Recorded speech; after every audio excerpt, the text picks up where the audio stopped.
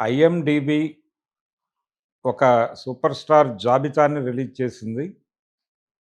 ఈ super star జాబితా ఇప్పుడు చర్చనీయాంశంగా మారింది. అదేంటంటే, ఈ జాబితాలో అల్లు అర్జున్ నంబర్ 1 పొజిషన్‌లో ఉండటం.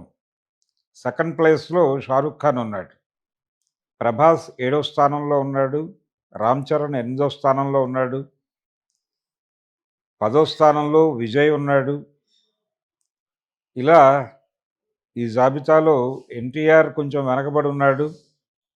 కారణం ఏమిటి అనేది చూస్తే 'పుష్ప 2' విపరీతంగా సినిమా సక్సెస్ అవ్వటం, అలాగే ఎక్కువ వసూళ్ళు హిందీ బెల్ట్‌లో నడవటం కూడా దీనికి కారణం. అంటే ఇక్కడ ప్రధానంగా చూడాల్సిందేంటంటే, ఈ జాబితాలో 1-10లో దాదాపు నలుగురు సౌత్ ఆర్టిస్టులు ఉండటం అనేది బాలీవుడ్‌ని కొంచెం కంగారు పెడుతోంది. 'షారుఖ్ ఖాన్' ఒక్కడే అక్కడ కొద్దో గొప్పో ప్రభావం చూపిస్తున్నాడు. యష్ కూడా ఉన్నాడు. ఇప్పుడు ఈ 1-10 నంబర్స్ మధ్య యష్ కూడా ఉండటం అనేది, అంటే కన్నడ నుంచి వచ్చినటువంటి యష్ కూడా పెర్ఫార్మ్ చేయగలిగాడు బానే కేజీఎఫ్‌తో. సో, అతనికి కూడా ఆ స్టార్‌డమ్ ఉంది అనేది తేల్చేసింది సర్వే సంస్థ. ఇప్పుడు ఈ ఏరియాలో సౌత్ ఆర్టిస్టులందరూ చేరిపోవడంతో ఈ 1-10లో బాలీవుడ్ పరిస్థితి ఏంటి, బాలీవుడ్ స్టార్స్ పరిస్థితి ఏంటి అనేది ఇప్పుడు ఒక చర్చనీయాంశంగా మారింది. ఇప్పటికే సౌత్ సినిమా బాలీవుడ్ మీద ఇన్ఫ్లుయెన్స్ చేస్తోంది అనేది వినిపించింది. అలాగే నిన్న మొన్న 'షారుఖ్ ఖాన్' కూడా సౌత్ హీరోలు కొంచెం, అంటే డాన్సులు, వాళ్ళ డాన్స్ మూవ్‌మెంట్స్ ఇవి కొంచెం కంగారు పుట్టిస్తున్నాయి అని చెప్పి మాట్లాడటం కూడా ఆశ్చర్యపరిచింది అందరిని. ఇలా సౌత్ సినిమా, సౌత్ ఆర్టిస్టులు ఒక కొత్త ఫ్లేవర్‌తో వస్తున్నారా అంటే, దాదాపుగా ప్రతి ఒక్కరూ పాన్ ఇండియా సినిమా చేయాలి అనేటువంటి ఒక ఆలోచనతోనే సౌత్ హీరోల్లో మెజారిటీ, అంటే ఫేమ్ ఉన్నటువంటి హీరోలందరూ కూడా పాన్ ఇండియా మార్కెట్ గ్రాబ్ చేయటమే లక్ష్యంగా సినిమాలు నడుస్తున్నాయి. వాళ్ళ కథా చర్చలు కూడా అక్కడే ఆ ఏరియాలోనే నడుస్తున్నాయి. లోకల్ మార్కెట్టు అనే అభిప్రాయం కలిగే ఏ కథని వాళ్ళు వినటానికి కూడా సిద్ధపడటం లేదు. ఇప్పుడు అల్లు అర్జున్‌తో చేయబోతున్నటువంటి నెక్స్ట్ పిక్చర్‌కి కూడా కథ పాన్ ఇండియా లెవెల్‌లో, అంటే ఇండియా మొత్తం కనెక్ట్ అయ్యేలాంటి కథాంశాలు ఉండాలి. ఏ జానర్‌లో వెళ్ళాలి, ఈ తరహా చర్చలే తప్ప, గతంలో అల్లు అర్జున్ చేసినటువంటి కథల్లాంటి సినిమాలు ఇప్పుడు 'జులాయి' లేకపోతే 'అలవైకుంఠపురంలో' లాంటి కథలు అతనితో వర్కౌట్ అయ్యే పరిస్థితిలో అతని స్టార్‌డమ్ లేదు. ఇది ఈ కండిషన్‌లోకి వెళ్ళిపోయాం మనం.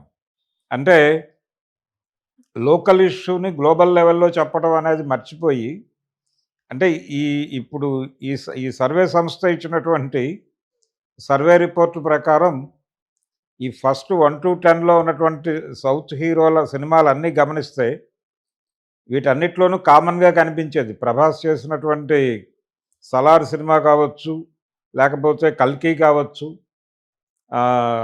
ఇతను ఎన్టీఆర్ చేసినటువంటి 'దేవర' కావచ్చు, అలాగే 'పుష్ప 2' కావచ్చు. ఈ సినిమాలన్నీ కూడా దాదాపుగా ఏదో ప్రపంచంలో జరుగుతున్నట్టుగా ఉంటుంది. ఇదొక ఫార్ములాగా మారిపోయింది. ఈ ఫార్ములాగా మారిపోయిన తర్వాత లోకల్ ఇష్యూని గ్లోబల్ లెవెల్‌లో చెప్పడం అనేది మర్చిపోయి, ఈ ఇంకో లోకం డిజైన్ చేయటంలో వీళ్ళందరూ కసరత్తులు చేస్తున్నారు డైరెక్టర్లందరూ. ఈ పరిస్థితుల్లో 'పుష్ప'కి సంబంధించినటువంటి ఒక క్రేజీ అంశం ఇప్పుడు జనాల్ని విపరీతంగా ఆకట్టుకుంటోంది. అదేంటంటే, పార్ట్ 1కి తెలుగు రాష్ట్రాల్లో కొంత డివైడ్ టాక్ వచ్చినప్పటికీ హిందీ బెల్ట్‌లో పాజిటివ్‌గానే మొదలైందది. ఆ పాజిటివిటీ కొంత దాని ప్రభావం చూపించడం వల్ల ఇక్కడ కూడా సినిమా సక్సెస్ ట్రాక్ ఎక్కింది. ఫైనల్‌గా అది మంచి ఫిగర్ నమోదు చేసింది అక్కడ. మంచి నంబర్ నమోదు చేయగలిగింది హిందీ బెల్ట్‌లో. దాంతో వీళ్ళు ఒరిజినల్‌గా అనుకున్నటువంటి పార్ట్ 2 నుంచి డీవియేట్ అయ్యి, పార్ట్ 2 మీద ఇంకొంచెం ఎక్కువ శ్రద్ధ పెట్టారు. ప్రతి సీన్‌ని చిత్రిక పట్టారు. ప్రతిదీ కూడా ఇలా ఉండాలి, అలా ఉండాలి అని డిజైన్ చేసుకుంటూ వెళ్ళి ఫైనల్‌గా అవుట్‌పుట్ ఆడియన్స్‌ని విపరీతంగా కనెక్ట్ అయింది. అలాగే థియేటర్‌లో కూర్చున్నటువంటి ఆడియన్స్‌ని కూడా ఎమోషనలైజ్ చేయగలిగింది. దాంతో సినిమా 1300 కోట్లు అనేది ట్యాక్స్ రైట్స్ తర్వాత వచ్చినటువంటి నెంబరు. అది వాస్తవమా అంటే అది అనుమానమే. వాళ్ళు 18-19 అనే ఫిగర్ వాళ్ళు చెప్తున్నారు ప్రొడ్యూసర్స్. సో, అది కరెక్టా? ఈ 1300 కరెక్టా అనేది పక్కన పెడితే 'పుష్ప 2' అనేది మాత్రం లాస్ట్ ఇయర్ 2024లో బాక్స్ ఆఫీస్ దగ్గర బాగా పెర్ఫార్మ్ చేసిన సినిమాల్లో ఒకటి. దాంతో ఎప్పుడైతే ఈ రైజ్ కనిపించిందో ఆటోమేటిక్‌గా అల్లు అర్జున్ నంబర్ 1 పొజిషన్‌లోకి వెళ్ళిపోయి 'షారుఖ్ ఖాన్ 2' వచ్చేసి ఈ నంబర్ గేమ్ ఇప్పుడు ఈ సర్వే సంస్థ చెప్తున్నటువంటి సర్వే ప్రకారం చూస్తే ఈ లిస్ట్ కొంచెం అంటే సౌత్ హీరోలు అక్కడ ఫ్రంట్ దీనిలో ఉండటం, ఫ్రంట్ ఫుట్ మీద సౌత్ హీరోలు ఉండటం, బ్యాక్ ఫుట్ మీద బాలీవుడ్ హీరోలు ఉండటం అనేది కనిపిస్తోంది. ఇది బాలీవుడ్ కొంచెం ఆలోచించాల్సినటువంటి పరిస్థితి. నిజానికి సెన్సిబుల్ సినిమాలు వస్తున్నాయి అక్కడి నుంచి. ఇటు నుంచి ఒక మోసధోరణి మొదలైంది. ఈ మోసధోరణి కొనసాగనిస్తే మంచిది, మనకి మంచి రోజులు వస్తాయని బాలీవుడ్ అనుకుంటుందేమో కానీ, ఇంకొంచెం బెటర్ పెర్ఫార్మెన్స్ చేయాలి. పాత గ్లోరీ ఒకటి ఉంది బాలీవుడ్‌కి. హిందీ సినిమాకు ఒక గ్లోరీ ఉంది. ఆ గ్లోరీ తిరిగి పొందేటువంటి పరిస్థితి ఉందా? కన్నడ సినిమాల నుంచి ఛాలెంజ్ వస్తోంది. అలాగే తమిళ సినిమాల నుంచి ఛాలెంజ్ వస్తోంది. అట్లీతో సినిమా చేస్తే తప్ప షారూఖ్ ఖాన్‌కి పరిస్థితి కష్టం అనేటువంటి ఇది చూసాం మనం. అలాగే సౌత్ డైరెక్టర్లకు కూడా క్రేజ్ పెరిగింది అక్కడ.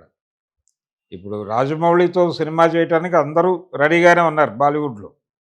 అలాగే సుకుమార్ కూడా ఇప్పుడు హాట్ ప్రాపర్టీగా మారాడు బాలీవుడ్ హీరోలకి. ఇంకోవైపు సందీప్ రెడ్డి వంగ తను కూడా హాట్ ప్రాపర్టీయే ఇప్పుడు. తను కూడా యానిమల్ సినిమాతో ఒక అద్భుతమైనటువంటి నంబర్ అక్కడ నమోదు చేయగలిగాడు. సో, సౌత్ డైరెక్టర్లు, సౌత్ హీరోలు వీళ్ళందరికీ ఒక క్రేజ్ వచ్చేసినటువంటి సందర్భం మనకి ఈ సర్వే సంస్థ తాలూకా జాబితా చూస్తే అర్థమవుతుంది. రామ్ చరణ్ 8th ప్లేస్‌లో ఉండటం అనేది కొంచెం విచిత్రంగా అనిపించినప్పటికీ, అంటే గేమ్ చేంజర్ పెద్దగా పెర్ఫార్మ్ చేయలేదు అక్కడ. అంతకు ముందు సినిమా కూడా ఏం లేదు అతనికి. 'ఆచార్య' నుంచి ఇదే. 'ఆచార్య' కొంత అది కూడా ఇబ్బంది పెట్టినటువంటి సినిమా. కానీ 'ట్రిపుల్ ఆర్' తాలూకా క్రేజ్ ఇంకా నడుస్తోంది అనేది అర్థమవుతుంది. ఈ 'ట్రిపుల్ ఆర్' క్రేజ్ మీద ఆయన ఉన్నాడు. ఎన్టీఆర్ మరి ఎందుకు వెనకబడ్డాడు? ఇది కొంత గందరగోళంగా కనిపించేటువంటి అంశం. కొరటాల శివ గారు ఇప్పుడు దీని మీద ఏదో కసరత్తు చేస్తున్నాడు అని అంటున్నారు. 'పుష్ప 2' మీద దీనికి ఒక లింక్ పెట్టి, అంటే 'పుష్ప 2' నుంచి ఒక ఎక్స్‌పీరియన్స్ తీసుకొని దేవరా డిజైన్ చేస్తున్నాడు అనే మాట వినిపిస్తుంది. అది ఎలా డిజైన్ చేస్తాడనేది చూడాలి. కానీ కాన్షియస్‌గా ఉండాల్సినటువంటి అవసరం ఉంది. ఇప్పుడు ప్రధానంగా బాలీవుడ్ తన ఓల్డ్ గ్లోరీ, తన పాత ప్రాభవాన్ని తిరిగి సంపాదించుకోవడానికి ఏం చెయ్యాలి అనే దాని మీద కసరత్తు చేయాలి.